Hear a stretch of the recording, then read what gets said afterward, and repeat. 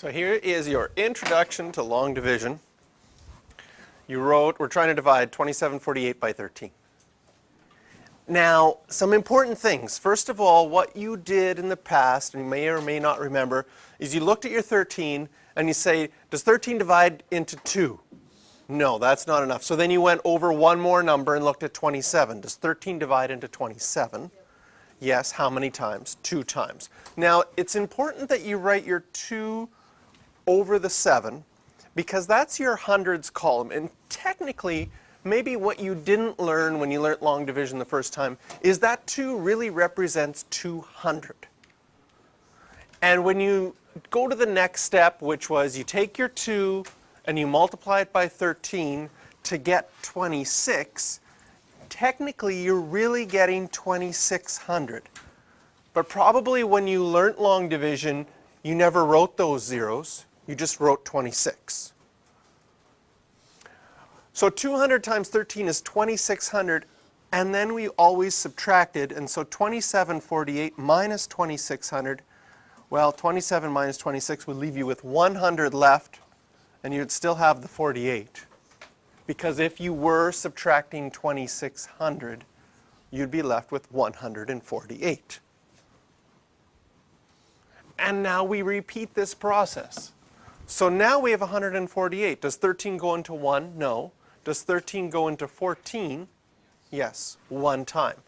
And so now that 1 goes over your tens column because it really means 13 times 10. And 13 times 10 is 130. So you might have just written 130. It's not bad to write that extra 0 and subtract again. And you have 18. And we repeat this process again. So I'm changing colors every time we repeat the process. Now we have 18. How many times does 13 go into 18? Once. Subtract one more time, and the number that you're left with is your remainder. So we get 211 remainder 5. So what this means is that 2,748 is equal to 13 times 211, but that doesn't quite match up. There's 5 left over, so we would need to add 5 to make it work.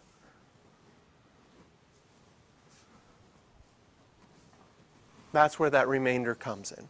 If you wanted to write it in a different form, if you wanted to write it as division, because that's what we were doing, it means that 2748 divided by 13 is equal to 211, and that remainder of 5 still needs to be divided by 13, so the actual answer will be 211 and 5/13.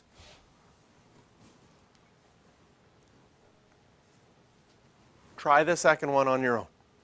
Go through the steps.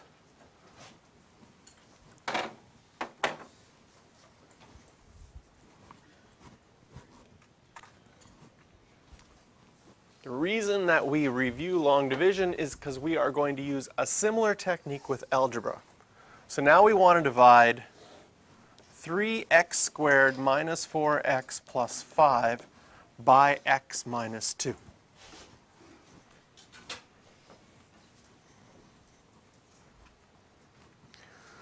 So in a similar way, what we did when we started off with numbers is we started from the left and looked at 22 and then 27 until we could get something that we could divide the most possible and then subtract. We do a similar thing in algebra, and we look at that first term, which I've underlined in black, that 3x squared. And we ask ourselves, is there a way that we can multiply x minus 2 by to get that 3x squared? What would you have to multiply x minus 2 by to get 3x squared? You might get more stuff, but we want to get a 3x squared. A 3x. Does that make sense?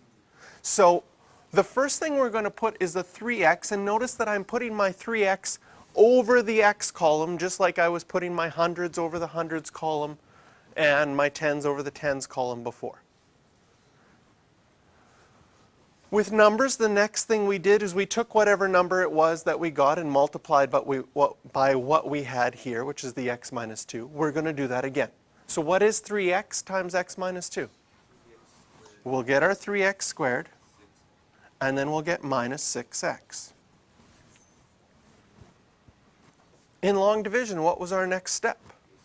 We subtracted. So we're going to put this whole thing in brackets because we're going to subtract that whole thing. And sure enough, our 3x squareds go away. You don't have to write a 0 here, but you can. And negative 4x minus a negative 6x is going to be a plus 2x. And then you have 5 minus nothing, so you still have 5.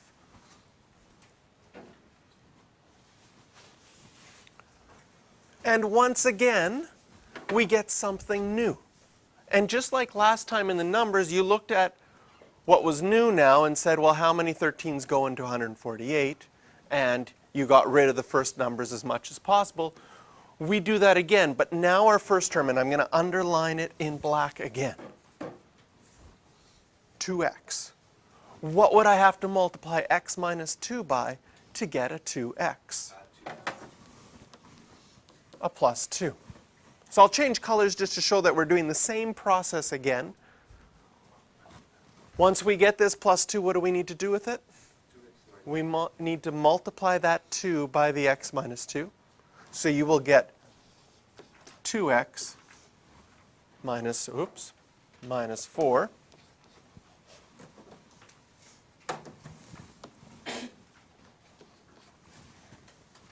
And once again, we subtract. So again, 2x minus 2x, that'll go away. And 5 minus a negative 4 is 9. And that is our remainder.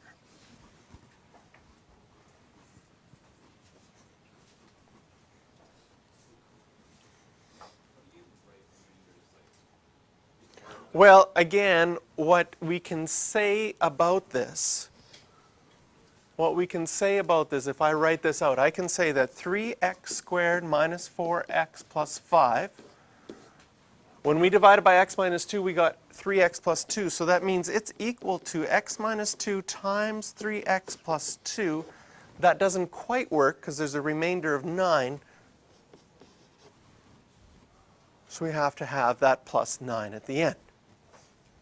Now, where we're going with this long division and where this unit ends up heading for us is if we can make this remainder 0, then we will have factored something. And maybe we can factor things that we haven't factored before. So up till now, we've factored parabolas, we've factored quadratic equations. We're going to move on and see how can we factor cubic equations, powers of 4, and so on and so on. And we're going to be using this technique to help us break things down. So we've started off with this. We've got 3x squared minus 4x plus 5. We divide by x minus 2, but it was not a perfect factor because we got a remainder of 9. So let's look at our second example here. We'll just make this one small so it's out of the way. You still can read that? Mostly. Mostly? Good. I can make it big again, so if you miss something.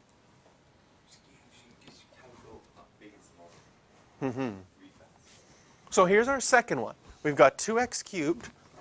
So this is definitely something you've never been able to factor. 2x cubed minus x squared minus 2x plus 1. And we're dividing by x plus 1.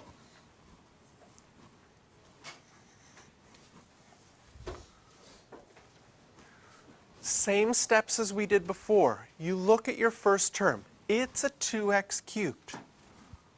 What would you need to multiply x plus 1 by to get 2x cubed? Yes, a 2x squared. So I'm going to write that above my x squared column, 2x squared. And then we multiply 2x squared times x plus 1, 2x cubed plus 2x squared. And just like before, we subtract. Our 2x cubes perfectly go away. Negative x squared minus a 2x squared. And where you're going to make your mistakes is with negatives and subtracting. So be very careful with your mental math. And negative 2x minus nothing, and then we still have the plus 1. And so we end up with negative 3x squared minus 2x plus 1. we repeat this process. So once again, we look at the first term, which is now a negative 3x squared. What would I have to multiply that by? Multiply the x plus 1 by to get that?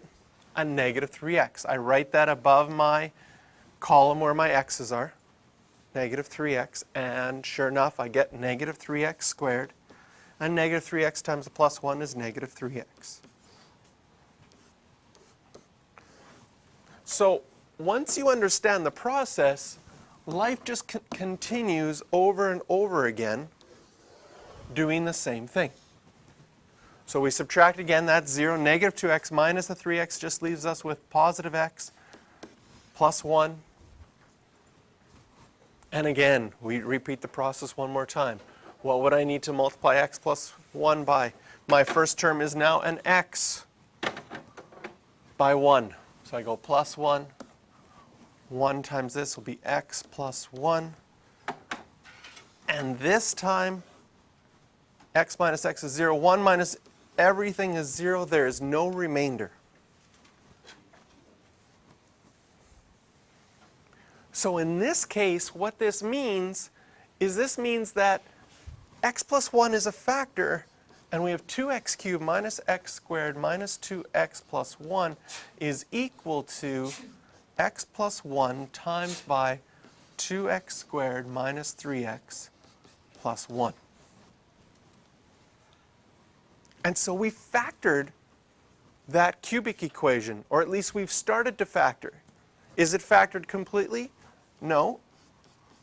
Later on, you'll be asked to factor things completely, and when you get to a quadratic, you already know how to factor those. This is 2x and x to get the 2x squared, 1 and 1 to get the 1. They both have to be negative so that your outside and inside add to negative 3x. And so eventually we'll be able to factor things completely, but only if the remainder is 0.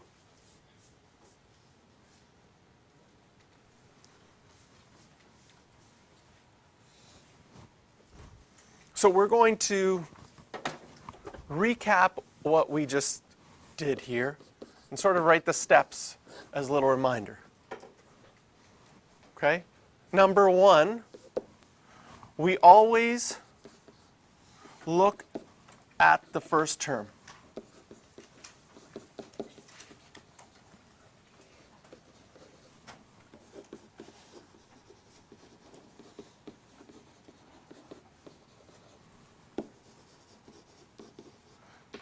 And because I'm looking at a specific example, right, we always look at that first term, which I've underlined in black. Maybe I should underline first term in black here, because that's something I did every single time. We look at the first term and figure out what we need to multiply. And I'm going to write x plus 1 in here in blue, because I'm referring to this x plus 1 right there. But it's going to change depending on which question you're doing. You're not always going to have an x plus 1 there.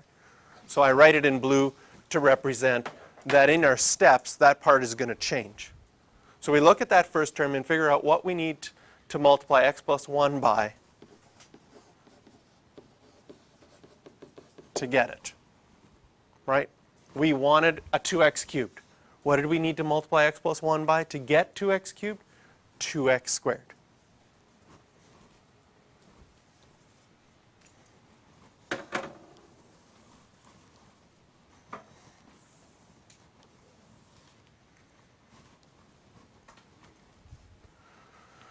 Step 2,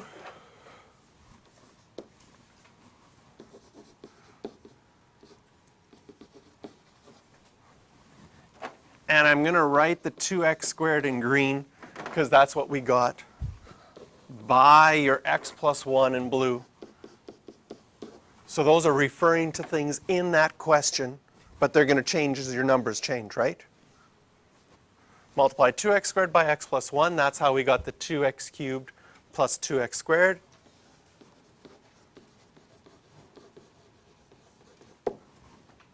And then we subtracted.